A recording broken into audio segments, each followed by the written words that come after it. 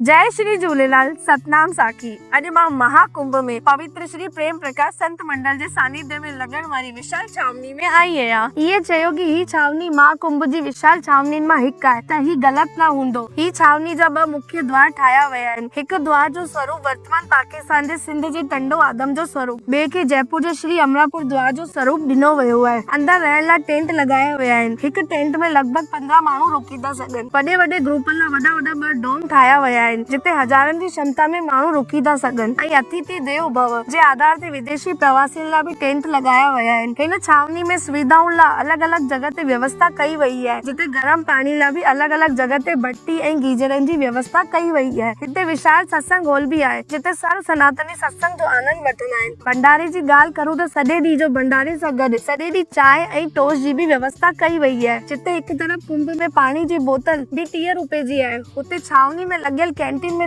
MRP खां बि घटि ते सामान वठी था सघो ऐं ॿाहिरि द्वार ते सभिनी कुंभ श्रद्धालुनि लाइ अन्न क्षेत्र बि लॻायो वियो आहे, जिते लॻभॻि रोज़ाना 50,000 ऐं शाही स्नान वारे ॾींहुं लॻभॻि 2 लख माण्हू भोजन कंदा आहिनि। अंदर तव्हां झंडा साहिब, सतगुरु कुटिया, अंदर मंदिर जा बि दर्शन करे था सघो ऐं भाग सां गुरु महाराज जा दर्शन त तव्हां बार बार करे पाईंदव। गॾ में खंडू गांव वसायो वियो आहे जिते संतनि जे निवास लाइ कुटिया ठाहियूं वयूं आहिनि। ॿियो गॾ में सतगुरु स्वामी टेऊराम चिकित्सालय बि कुंभ श्रद्धालुनि लाइ ठाहियो वियो आहे। जय श्री झूलेलाल। सतनाम साखी।